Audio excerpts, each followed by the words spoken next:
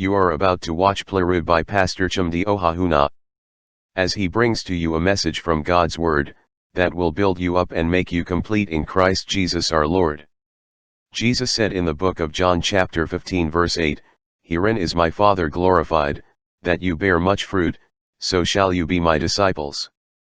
We pray that as you watch this teaching you will receive the empowerment to bear much fruit in Christ. Now listen. God's compensation plan. Now, what is the word compensation? What does the word compensation? Right. And let's go straight to the dictionary meaning. The Merriam-Webster dictionary defines compensation as this. It says, compensation means to provide something good as a balance against something bad or undesirable. To provide something good as a what? Balance. See the word balance came in? Against something bad or undesirable. It also means to make up for something defect, for some defect or weakness. Are we together? So when something bad happens to somebody, amen, you have to, the act of providing something good to make up for that bad thing that happened to him is called what? Compensation. Are you getting it? Amen. Praise God. And God is in the business of compensating his own children. Are you understand what I'm saying? God does not want to feel bad all the rest of your life because of some bad things that happen to you. Somebody said something, he said, if you are still unhappy, it means that you have not yet been compensated. Are you understand what I'm saying? Some of us have been through some bad things in life, and we are not yet happy because of those bad things. Why? Because we have not yet been what? Compensated. Are you getting it tonight? But with this teaching tonight, we begin to understand that God is in the business of compensating his children. But one of the things we must understand is that most times we pray and expect God to compensate us in our own desired way. I understand what I'm saying? We want a particular way we want God to compensate us. God, for this thing I've suffered, give me this. But most of the time, God does not want the way we work. I understand what I'm saying? When we do this, most of us, we fix our minds on what we want from God and how we want God to answer us. Are you getting what I'm saying? Yes. So because we pray and expect God to compensate us, we fix our mind on how we want him to answer us and what we want for him to do for us. It's not a bad idea to do it, but I will not give you that as your basis of demanding for compensation. Why? Because God is not you. And God has a plan that is better than your plan. Yes. Are you understand what I'm saying? Yes. Are you getting me? Yes. God is not you, and God has a plan that sometimes it works for some people, but don't use that as a basis to hold your conclusion. And we'll learn that from that teaching tonight. And because most of the times Christians, like I've always told myself, another man's testimony is not your basis for faith. Are you getting me? Yes. The word of God is your basis for what? Faith. You don't build your faith on another man's testimony. Are you getting what I'm saying? You build your faith on the word of God. Some people have entered into problems because they are simply building their faith on another man's testimony.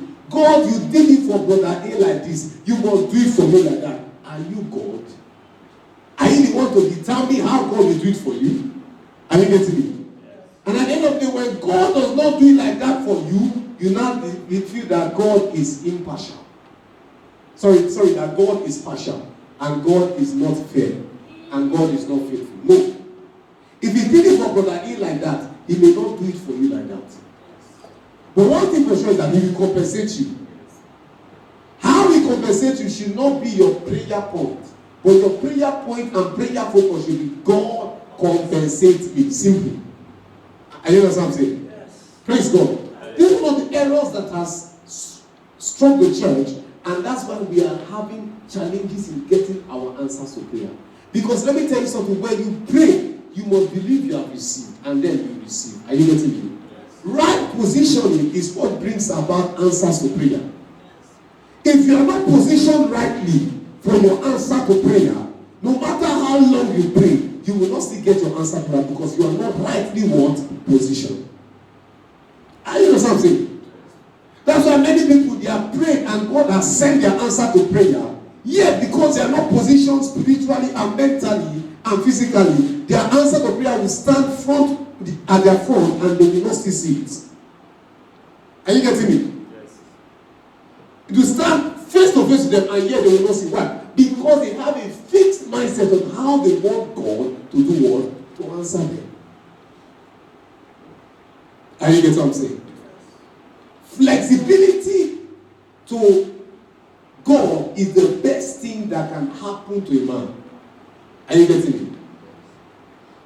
The Bible says in the book of Psalms, it says, delight thyself in the Lord, and he shall grant you the desires of thy heart. The word delight there in the English actually means to be excited. Is that not so? Is that not so?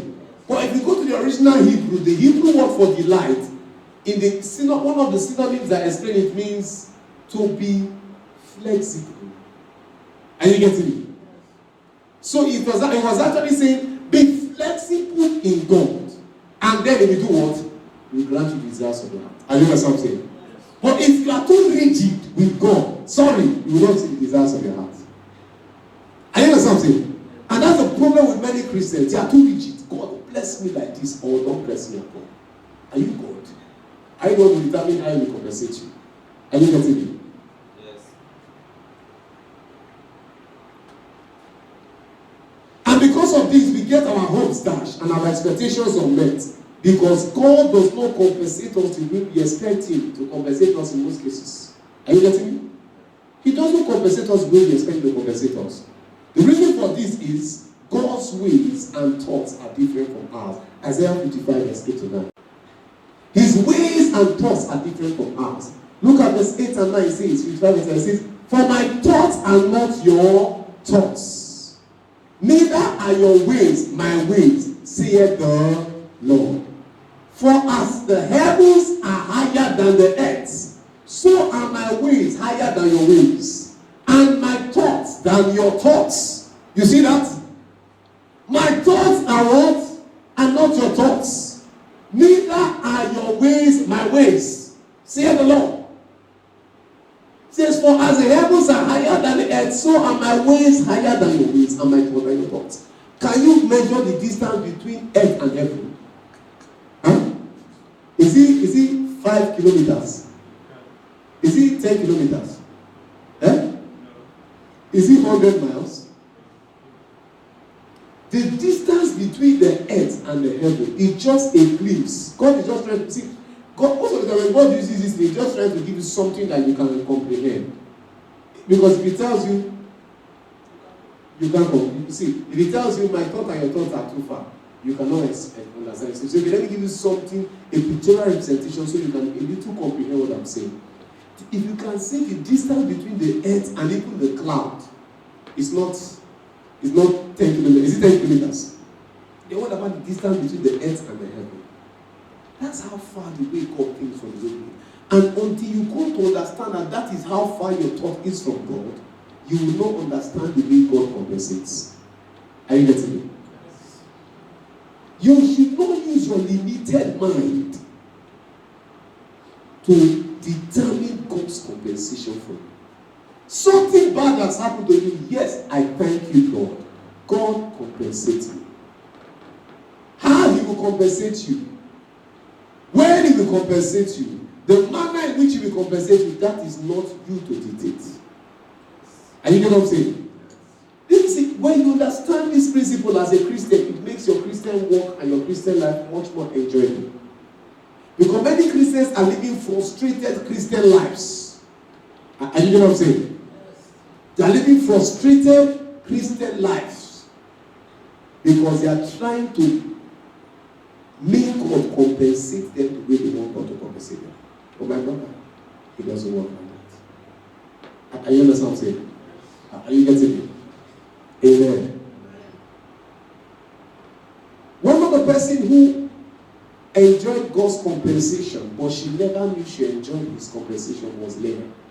And Leah lived her life frustrated, though she was being compensated. That shall not be a portion in Jesus' name. Amen. Amen. She lived frustrated, though she was being what? Compensated. And if you want to live like Leah, Charlie, God will be compensating you, yet you will remain frustrated. Are you understand what I'm saying? Because you have a fixed mindset on how you want God to compensate you. Are you getting it? Praise God. Hallelujah. But you must delight yourself in the Lord. You must be flexible. Now let's understand something about Leah. Leah was Jacob's wife, his first wife. That was the wife he married at night. Remember the story?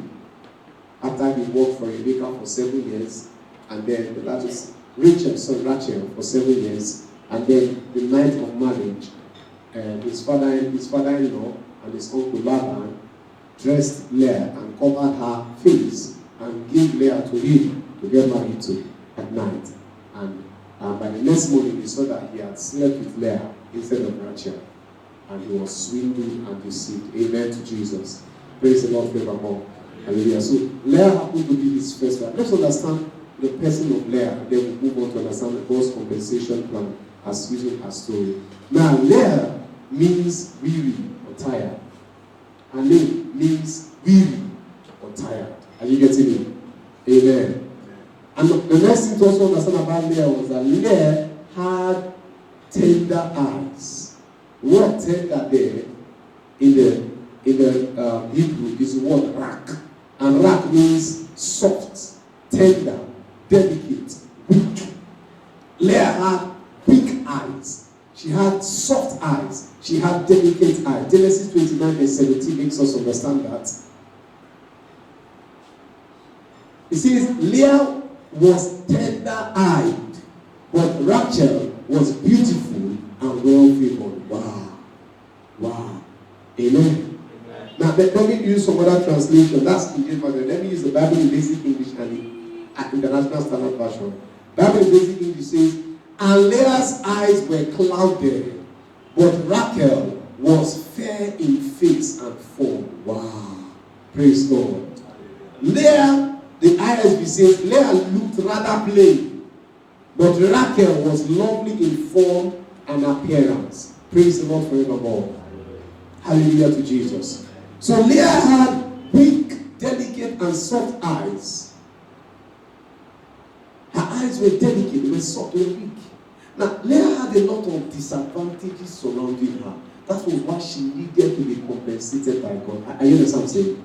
Compensation is the heart cry of anyone who has had disadvantages. Are you understand what I'm saying? Leah had tender, delicate, weak eyes because theologians believed that she had cried for a long period in prayer for a husband. Are you understand what I'm saying? Are you getting me? Her eyes became weak because of what? Prayer. Prayers, not buying. And what was she praying for? Lord, give me a husband. Why? Because she knew she was not beautiful. She knew she was not good looking. She knew that she was not the kind of lady that any man would want to marry. Are you getting what I'm saying? When she compared herself with her younger sister, she knew that anybody who came into the house will first pick the sister before he picks her. She knew that her chances were minimal to zero. Are you getting what I'm saying? She knew that her competitor was tough. Now, she cannot stand this competition. She knew it. She knew that from the physical point of view, there was no hope for her to succeed. See, let me tell you something. People who end in the place of prayer are people who know that physically it has failed them. Are you understand what I'm saying? If you still have hope physically, are you understand what I'm saying? If you still have belief that things can work out from the physical point of view for you, you will not need to pray. But when you get to a point where you say that, man, Charlie, from the physical standpoint, I am zero. I will not succeed. Nobody will tell you to pray. Are you getting it tonight? Nobody will tell you to what? To pray. When I got to a point in my life when I knew that physically there was no way I will make it, I entered the place of prayer. Are you getting it tonight? Leah knew that between her and her sister, even the father will even choose the sister first. Are you getting me? Any man will choose the sister first. And she knew that her only hope for getting a husband was the place of prayer. See, child of God, until you get to a point where you know that your only hope for success is calling upon God, you will never be a candidate for God's compensation. Are you getting it tonight? Are you understand what I'm saying? Yes. So Jacob getting married to her was an answer to her prayer. She had prayed for long, I believe for years. She had prayed only one prayer. Lord, give me a husband. Because I believe that when Leah was walking on the road, people would look at her and this, who will marry this one? People will tell her, actually, see, you will be a single for the rest of your life. Some people might have told her, hey, spinster till death. They might have given her different identities. They might have given her different nicknames. In fact, it got to a point where I believe that Leah no longer remembered her name again. She only remembered her identity. Are you understand what I'm saying now? That identity was the identity that people gave to her. She no longer remembered her own personal identity. She only remembered the identity that people gave to her. Now she reminds me of the blind Bartimaeus. Blind Bartimaeus had no name. I believe you know that. Yes. The woman with the issue of blood had no name. Their problem was their identity. Their problem was their name. Blind Bartimaeus. The name Bartimaeus means son of Timaeus. So he was called the blind son of what? Timaeus. So he's not recognized in his family. They know his father, but they don't know him. The only thing they know about him was that he was what? He was blind. When you get to a point where the only thing people know about you is your problem, Charlie, that is not a time to cry. It's a time to pray. Are you getting me? That was why when blind Bartimaeus heard that Jesus was passing, he said, Charlie, this is the only opportunity I have to change my identity. And he cried, Jesus, thou son of David, have mercy on me. And they tried to shut him up. The more they tried to shut him up, he said, Charlie, on this matter you cannot shut me up. Because I no longer have an identity. I have a name, but they have refused to address him by my name because of my problem. And he said, on this matter, nobody can shut me up. Jesus, thou son of David, when you hear David, you cannot reject my call. Why? Because that is your lineageal name. And that is your name that caused the mercy in you to come alive. He said, Jesus, thou son of David, have mercy on me. And at the point in time, Jesus looked at him and said, somebody is calling me from a village name. He's calling me from an ancestral lineage. I cannot say no to that person. And he said, what will I do for you? And he said, only one thing, my eyes. This is the only stigma in my life. The woman with the issue of blood, she didn't have a name. They called her the woman with the issue of blood. Her problem was her identity. When she heard Jesus was passing, she said, if you like, there be a stampede. Let the crowd be bigger than any crowd. I don't mind them stampeding me. I don't mind them walking over me. But so long as I get my miracle, I can die after my miracle, but no, so long as I get it. She had a great risk. What was the great risk? The great risk was that people could stampede and march over her. I understand what I'm saying? But he said, I don't mind dying, but let me die as a free woman than to live as a woman in bondage. That's the kind of people that Jesus is looking for. Amen. And that was the faith that tapped virtue out of him.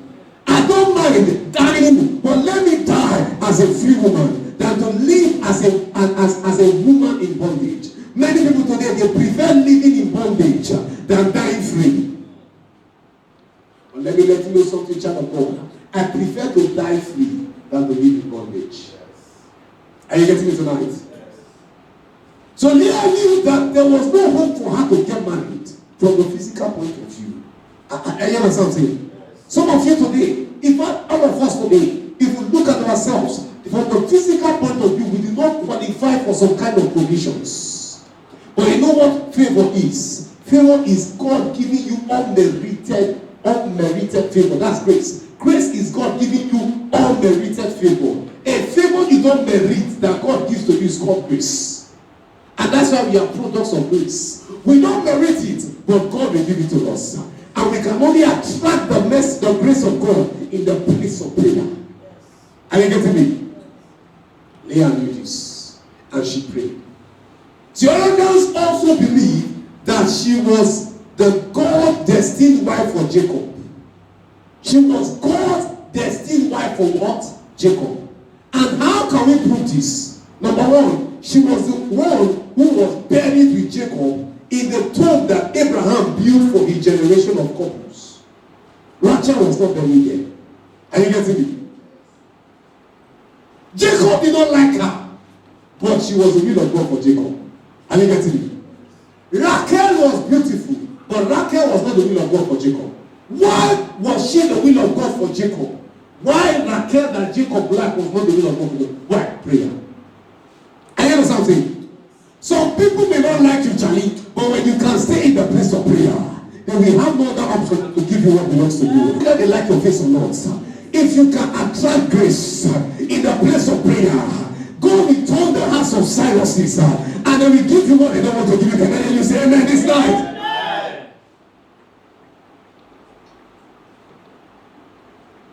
Jacob did not like Leah, but Leah was a woman of prayer. And he called Jacob from where he was to where she was, in the place of prayer. She was the only one that was buried with Jacob in the tomb of couples that Abraham built for his generation. Go to Genesis 49 verse 31, you see them. It says, there they buried Abraham and Sarah his wife. There they buried Abraham and Sarah his wife. There they buried Isaac and Rebekah his wife. And there I buried Leah. Are you seeing that? This was a tomb that Abraham built for his generation. It was meant to take 120 couples. Are you getting it? Yes. But it ended with Jacob. It just ended with Jacob. After Jacob, no more generations were buried. That was where they lost their meaning. They lost the blessing of marriage, because no other couple came afterwards Jacob into that tomb. He said what? It was in that tomb they buried Abraham and Sarah. Not Abraham and Hagar, no. Not Abraham and the other women he had after Sarah died, no. He said there they buried what? Isaac and Rebekah. This talks about destiny couples. This talks about couples that were the will of God for each other. And then he said, there I buried what? Leah. In fact, Rachel was buried on the way. She died in the one he liked the most. She died on the journey. When she gave birth to Benjamin, she called him Benoni and she died. And just buried her one place there. And I think it was Bethlehem or something. I just buried her somewhere. And then they continued their journey. She couldn't even get to the place where she would be buried with her husband. But Jacob himself, he buried the woman he didn't like in the tomb of what? Of generations. Why could she attain this status? Prayer. Are you getting it tonight? Yes. Number 2, Leah gave birth to 6 sons for Jacob, while Rachel gave birth to only 2. Are you seeing that? Yes. So she had more sons for Jacob than what? Than Rachel. So these were signs to show that she was the will of God for what? For Jacob. But how did she push herself from a woman that nobody will want to look at to becoming the will of God for a man?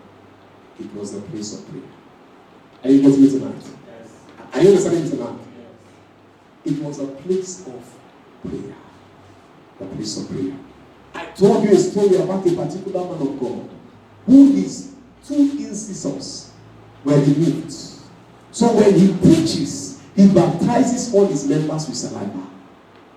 And as a result of that, the members started moving from the front seat to the next row. And from when they moved to the next row, he felt that, what is happening? This people is like they're afraid of us. Okay, let me still go closer to them and preach. As he went closer to them to preach to them, they say, you don't know we are running away from that thing coming out from the mouth. They moved to the next row again. So gradually, when the members are moving from front to back, it means that they are what? They are going. So they were all going.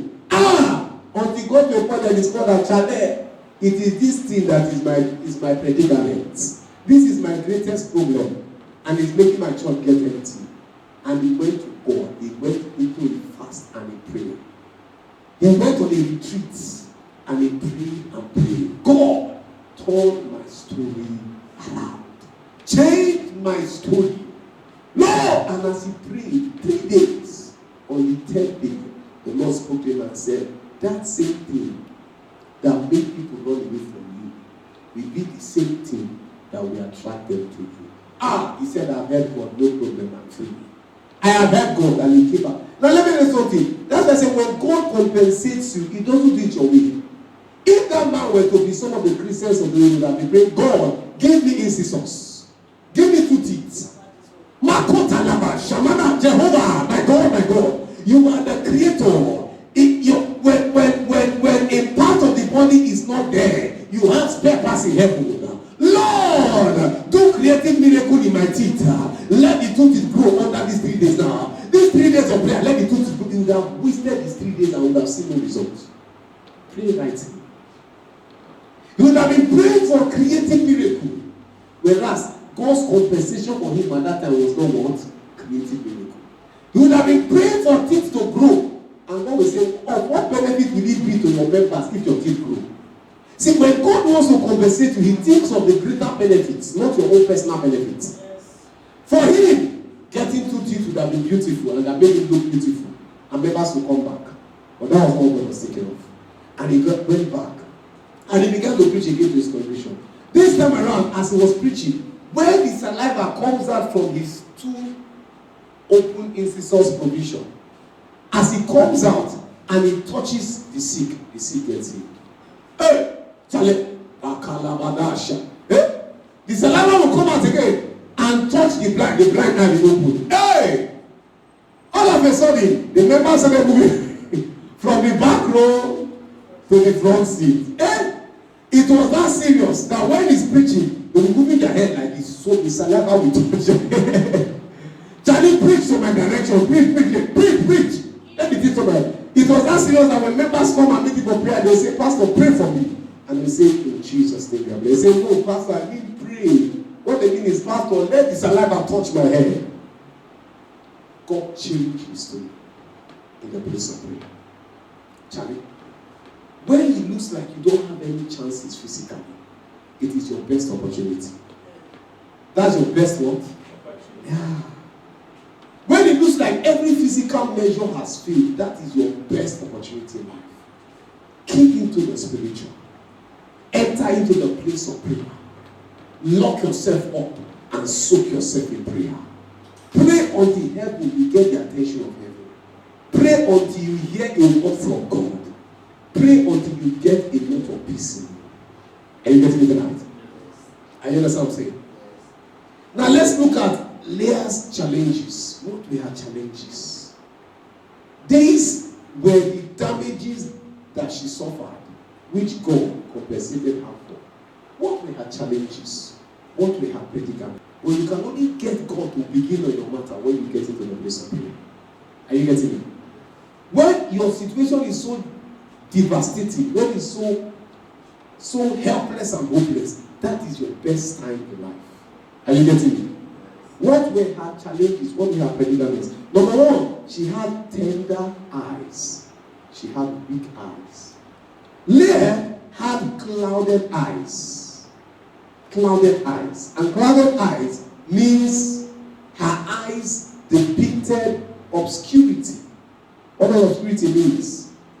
Obscurity is something that is hidden. Are you know what I'm saying?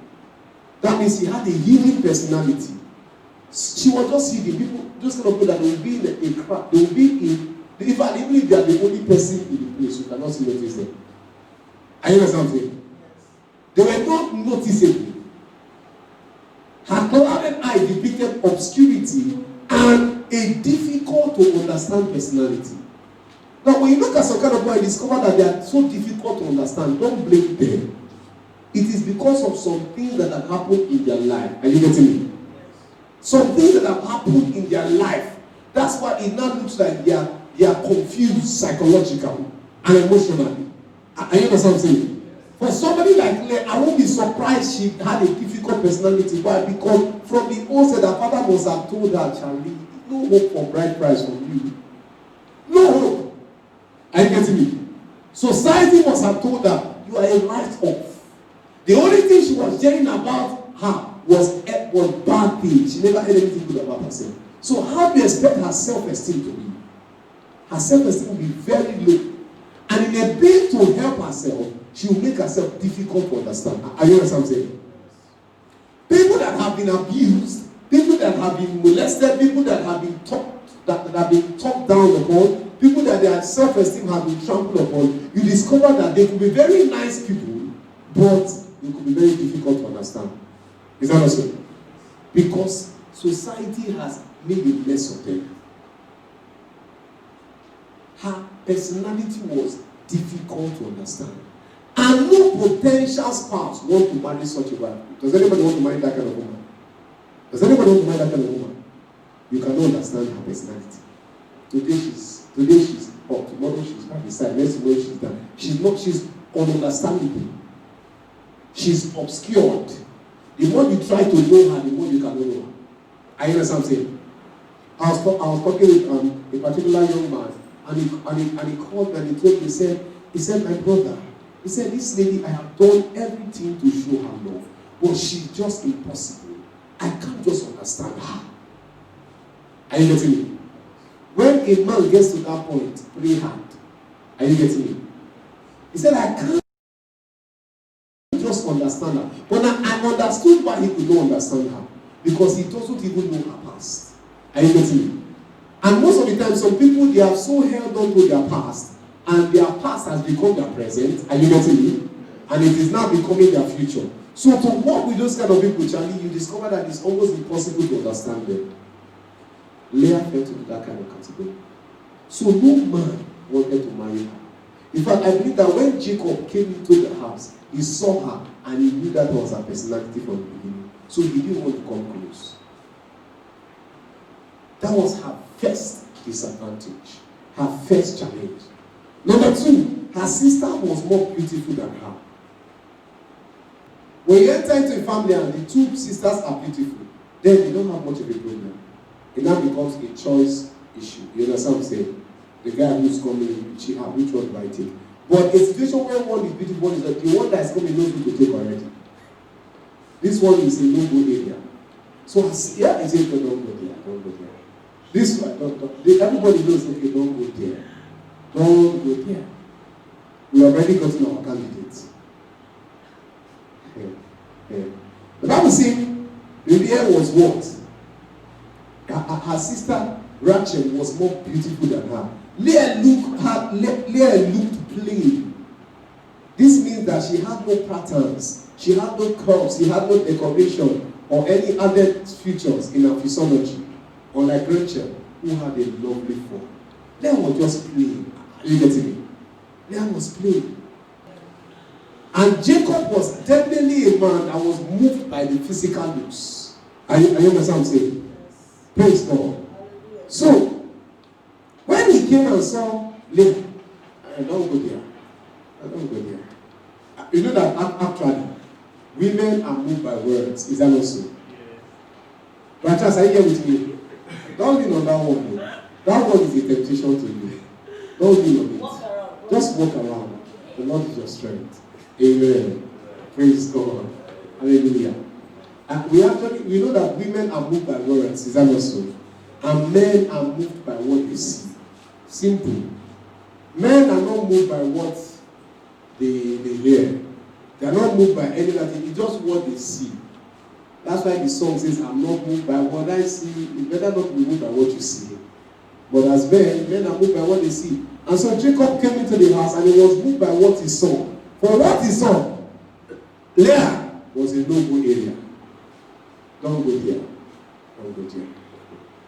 Rachel, oh, this is the main one. Are you understand what I'm saying? Praise God. This is the main one. And so this also discredited Leah. No man wants to look at her. Ha! What a life. What a life. What a life. So from the physical point of view, Leah has no hope. She has no what? She has no hope. Okay, they were in the city. No man might have come to the house to come and say, I want to marry. Because I believe that maybe their father must have been very protective over them. Don't come close. But now somebody came from somewhere and came to the house. Hey! Charlie. To come and have the mind to say he want to marry. The only one you look at is Raquel. Don't look at there. This one, she didn't pass at all. She has failed exam. She has failed. Are you getting what I'm saying? From the physical point of view. See, most of us have this qualification from the physical point of view. People look at us and say, Charlie, you are failed. You don't even think of it. When other people are talking about success, don't talk. Just close your mouth. Are you getting it? It's when you fall into this kind of category that you have become a candidate for God's compensation. Are you understanding it tonight? Is somebody getting it tonight? This category is the best category. It's when you are failed totally, that's when you can depend on God. But so long as you still have a little success hanging somewhere, Charlie, you still believe in your success. Are you getting it tonight? So some of us don't want to fail at all. We don't want to look like failures from the physical point of view. If you don't want to look like a failure from the physical point, then you are not ready for God to compensate you. Praise God. Hallelujah. So her sister was more beautiful than her. The sister had all the packaging, but she didn't have any packaging at all. She was not packaged. And she knew that no man will look at me because I'm not packaged. Are you understand what I'm saying? I remember once when I was in university, one guy in my campus, we're together. He said, he told me, Chidi, is it good for you to marry a lady that is not packaged? I said, what do you mean? He said, a lady that when you see you, nothing moves you. He said, when you find that kind of, I said, what kind of a question this is asking me? Because I'm a pastor, does that mean I will answer the kind of questions? I can't remember the answer I gave him, but the answer was not an answer that he would really palatable like. Are you get what I'm saying? Because even that guy was born again, but even if he born again, they know that they like packaging. The average man likes what? Packaging. She was not packaged. And so, no good there. Number 3, her husband hated her. Her husband what? The worst thing to happen to a woman is when her husband hates her. Am I speaking the truth? It's better that she was dead. In fact, it's better that she was single, that she didn't marry, than to have a husband hate her. Jacob's love for beautiful women made him love Raquel to the extent that he worked extra 7 years for her. And this also made him hate Leah. Are we together? He loved beautiful women. They gave him, when he worked for 7 years, he was meant to work for Raquel. They gave him Leah. He told the father, forget that thing. I love them beautiful. The father said, if you love them beautiful, you have to work extra 7 years for me. He said, no, it is not for beautiful. I will work extra 7. And funny enough, he was working extra 7 years for what was not the will of God. Charlie, you have to be careful. You have to be careful. Because it is possible to work over time for what is not the will of God. In his first 7 years, he got the will of God. It may look like he got it by deception. Some of the time, the will of God does not come the way you like it. But so long as it's the will of God, accept it and go on. Are you getting me? But he was ready to work extra time for something that was not the will of God. So many times as Christians, we prefer to sacrifice instead of obey. Are you getting what I'm saying? That's why Samuel told Saul, obedience is better than what? Sacrifice. We prefer to work extra time for something that is not the will of God than to work just the normal time for the will of God. The plan was 7 years. 7 years he got the will of God, but he didn't even know that it was the will of God because after the what concerned him, he was not concerned about the will of God. Are you getting what I'm saying? Remember, his father married his mother. Anyway, we don't know. His grandfather, married his grandmother. Abraham married Sarah. We don't know how God made them. It was his sister, his stepsister, he married her. Somehow, that was how God made them meet. It was the will of God that way. But when it was time for his father to get married to his mother, Abraham said, Eliezer, is that also? Go and get a wife from my own people. I don't want to eat him. So he orchestrated the will of God for what? For his son. Are you getting me? But in Jacob's time, there was no father to orchestrate the will of God for him. Are you understand what I'm saying? So he entered into the will of God by the divine providence, not knowing that it was the will of God, yet he preferred to go outside the will of God and marry Rachel. Are you understand what I'm saying? And because of his love for beautiful women, he hated the will of God. That's the reason why when you are praying most of the time, you must be careful what you love. Because it may make you hate what God's will is for you. Are you getting it? Are you understand something? Praise God. Hallelujah. He saw Leah as an ugly person who was the reason for his suffering for extra 7 years. Every time you look at you are ugly. And you are the reason for me suffering for extra 7 years. Can you imagine? I worked for 7 years and I was expecting my Raquel. And they gave me you. You is good for nothing. Ugly woman. You are the reason for every time after the 7 years when he was working, when he started working the extra time, every day he comes back home. You are the reason for my extra suffering. You are the reason for my extra suffering. That was what he was saying now every day. You are the new ugly woman. You are the reason for my extra suffering. Imagine what Leah was going through. Are you getting what I'm saying? Receiving those kind of words. Praise God. Hallelujah. He saw Leah as the object and tool of deception used by her father to defraud and deceive him. Yes. See, you are the tool. You are the tool your father used to deceive him. So you can imagine the different identities that he was giving to her. Number one, you are the reason for my extra suffering. Number two, you are an agent of deception. You agent of deception. So imagine a husband coming back home and the wife says, welcome on. He says, get out of here. You agent of deception. That's what he saw her as. So imagine the kind of life that Leah was living. Are you understand what I'm saying? He saw and used her as an object of sexual and home need satisfaction. Leah, take care of the house. Leah, clean your room. Leah, do this. Leah, do that. Leah, do that. After Leah has worked from morning till night, at night, he satisfies his sexual need and he goes to another room. What a kind of life. Are you understand what I'm saying? So he never saw her as a human being to be loved and nurtured. Are you seeing that? He never saw her as a human being to be loved and nurtured. Now, I don't know. It's only women that can understand these things. Men may not understand it very well. But it's women that can understand what it means to be treated like this. Work from morning to night. Come back. And he doesn't even care. Where's my food? He brings food. He eats food. Lie down. He does what he wants to do. And he stands up. And he goes to another room. And goes to sleep. So he doesn't even care that you cleaned the house. He doesn't even care that you did anything. He doesn't even tell your food was nice. Nothing. No emotions. Nothing. No care. No love. What a life. What a life.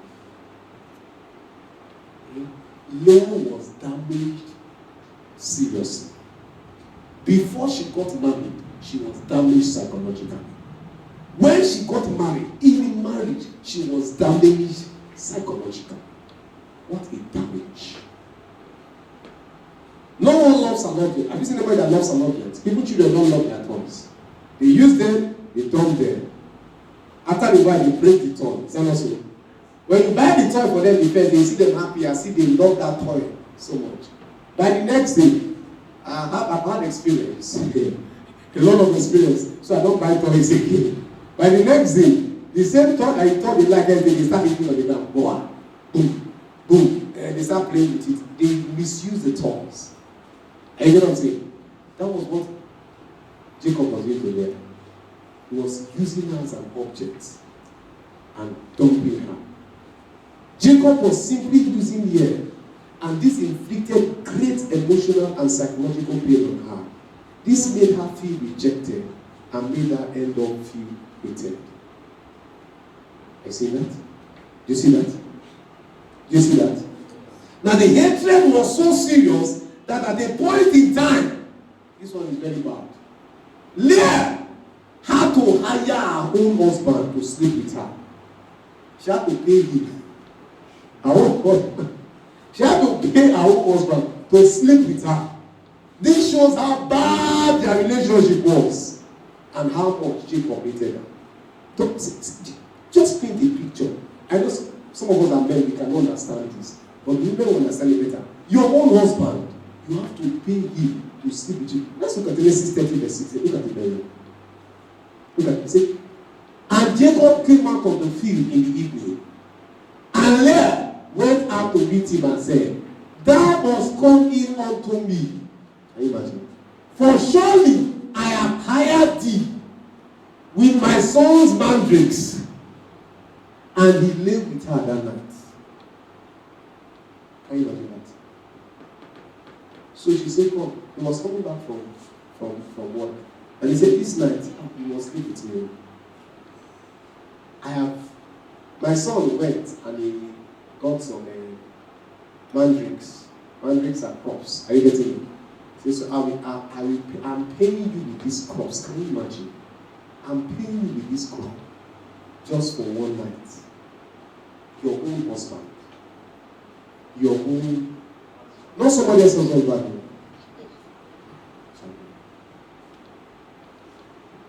Are you seeing the level of hatred? Are you seeing the level of hatred? Did we ever hear that Rachel had to hire Jacob to sleep with her? We never saw it in the Bible. But Leah had to hire Jacob for one night, just for one night. That's a level of hatred that Jacob had. What was worse than this? What is worse than what can a woman go through that is worse than this? For you to even have your husband for that, you have to hire him. Are you getting tonight? And for me, she was weary. She was tired. Rachel was. Leah was what? Tired. Her name meant weary. It meant tired. So Leah must have lived according to her name. So she must have been a weak and tired person who no potential spouse will want or anticipate strength from. Nobody wants to marry a weak woman, especially in our times. Is that not so? They say, I don't want a liability. I don't want a liability. She must be industrious. She must be strong. I don't want a liability. Leah was a liability from a human point of view. Are you understanding me tonight? She was weak. Why was she weak? Emotional traumas, psychological traumas, pains. Pain has a way of weakening you, and you know that. Discouragements, low self-esteem. All these things have weakened her over the years. She had lost her identity. She had lost her self-esteem. A person is strong when his self-esteem is intact. Is that not so? Once your self-esteem has been weakened, you have been weakened. Once your morals have been weakened, you have been weakened. And that was what Leah was going through. Serious emotional, psychological pains. She was weak. In fact, when Jacob saw her the first time, he knew she was weak. You know, when you see a lady who has low self-esteem, you see it in her response. Even a guy, is that not so? You see it in their response. And when he saw her the first time, he knew that this one, she was weak. So I don't want a weak woman. I don't want a big woman in my life. Nobody wanted. Nobody wanted. And because of these four predicaments, these four challenges, she became a candidate for God's compensation. Let me let you know something. God looks down on the weak. God looks down on the feeble. That's what the Bible says in the book of Ephesians. It says, when the poor is oppressed, it says, fret not, for he that is higher than the highest will regard it. In my country, they say it like this. A cow that does not have tail to drive away flies from his buttocks. It is God that drives the flies away from his buttocks. life, that is when you need God the most. Some people say heaven help those who help themselves, but that is a lie.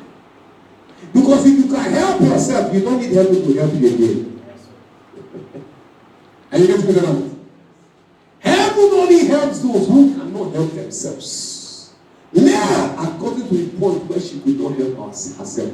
And God says, that is my candidate for compensation. She has suffered a lot of bad pains. She has suffered a lot of ills and evil. That one is the one I want to compensate. Leah needed a husband. She prayed for the husband. The husband came. Yet the husband never saw her as his wife. All through their marriage, he never saw her as what? His wife. Are you getting me tonight? Are you understand what I'm saying? What in life? When a man marries a woman and he never sees the woman as his wife. Because for him, that is not the package he was looking for. Are you understanding me tonight? Yes. Some of us, we are in environments and people don't value us because we are not what they are looking for. Praise God. Leah, in marriage, she needed her husband to love her. Yet, her husband will not love her. Leah had only one thing she needed after she got married. Only one thing. You know that Leah was not looking for children. Do you know? She didn't need children. Children were not her. She was not looking for children. This teaching I broke it into. I thought I could finish everything today, but I discovered I broke it into. So next week I'll do this second part, which I'm trying to tell you. Her greatest need and her only need in marriage was not children. Most of women come to marriage needing children. Is that not so? Yeah. But Leah did not come into marriage needing children. Leah needed a husband. And when she got into marriage, she needed only one thing. And that was what? Her husband's love. That was all. She didn't need children. Are you get what I'm saying? That was all she prayed for. And that was all she asked God to give her for her compensation. She wanted God to compensate her for Jacob's hatred. She all asked God, God, give me my husband's love. That was what she needed. But you know what? God had a better plan for her. Rather than giving her the love of her husband, God opened her womb. Are you getting me? Are you understand what I'm saying? Genesis 29, verse 31. Look at it here. It says, and when the Lord saw that Leah was hated, you see, when the Lord did what? Tell your neighbor, God sees. God sees. Tell your neighbor, God sees. Tell your neighbor, God sees. God sees. You see, all these things you are going through, you think that God is not seeing them. He's seeing them. All the pains you are going through, all the rejection, all the suffering, all the hardship, all the negative things you are going through, let me tell you something. God is seeing them. God is seeing them. God is seeing them. Don't think he's playing a blind eyes to your suffering. No. Are you understand what I'm saying? Lord, I've been struggling. Lord, I've been fighting. Lord, I've been. God sees. God what? God sees. He says, and when the Lord saw that Leah was eaten, he opened her womb. But Rachel was barren. There's something that the Holy Ghost just showed me. He says, when the Lord saw that Leah was hated, he opened her womb. But Rachel was barren. Why did he join these two phrases together? You must understand something from scripture. When you see some scriptures, you must understand some things. He says God opened her womb, but Rachel was barren. What does that mean? It basically means that both of them were barren. So Laban had two barren daughters. Are you getting me? You see, Jacob was so moved by looks that he was not careful about what was inside. And that's why you should be more careful about the inside and the outside. Are you understand what I'm saying? There were two barren ladies. Both of them were barren. But what happened? When God saw that Leah was hated, he said, no, I will open Leah's womb. Let Rachel remain barren for the while. So for God to have opened her womb, it means that her womb was first what? Closed. Are you getting me? Yes. So both of them were what? Were barren. But God's eyes sees. And because his eyes sees, he took the initiative to say, let me open this one's womb first. Her desire was for her husband's love. But she knew that their greatest problem was not their husband's love. Their greatest problem was that both of them were barren. Are you getting me? Some of the time we don't know our greatest problem and we don't know our greatest need. And that's why we pray without understanding. That's the reason why you have to learn how to pray more in tongues. Because remember, when we pray in tongues, the Holy Ghost helps us. Is that not so? Yes. Are you getting me? And as you pray in tongues, another prayer to learn how to pray is, Lord, thy will be done. And then as you pray in tongues and ask for the will of God to be done, position yourself to receive anything that God sends to you. Why? Because most of the time we don't know our innermost needs. Remember we learned that last week. That challenges is what makes us know our real need. Both of them thought that their problem was husband. But let me let you know something, especially in our society where childbearing is highly esteemed. What is the use for having a man when two of you cannot give him children? I know what I'm saying. He will take two of you as empty barrels. Is that not so? And he will go and look for a productive wife. So there was a major and a more serious challenge he had to deal with. The challenge was that two of them were barren and they didn't know. Are you getting me? But when God saw that Leah was hated, God said, no, I will take the initiative and I will open her way. While she was praying for her husband's love, God said, what is more important to you is not the love of this man. Some of us are praying for money. Your problem is not money. Are you getting me? Some of you are praying for some kind of thing. That is not your problem. Your real problem is bigger than that. And God knows that. That's why he's trying to fix that problem. He's trying to compensate you with the right thing. Are you getting it tonight?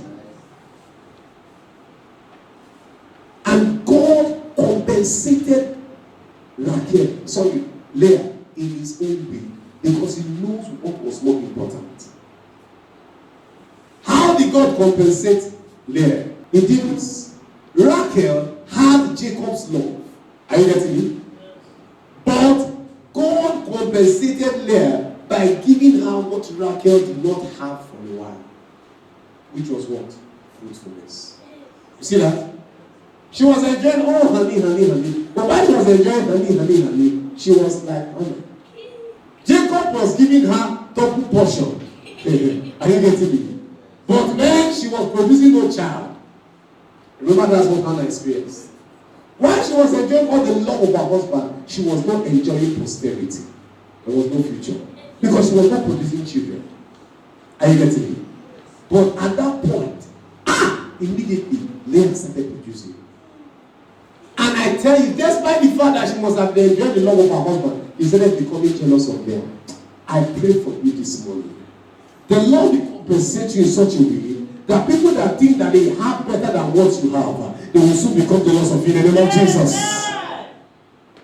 There's women always say that if my husband will not love me, my children will love me. Is that not so? So at a point in time, when Raquel was playing, my husband loved me.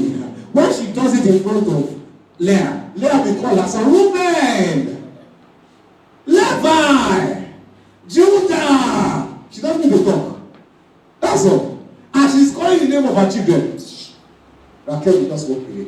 Why? Because it means I am useless. Are you getting me?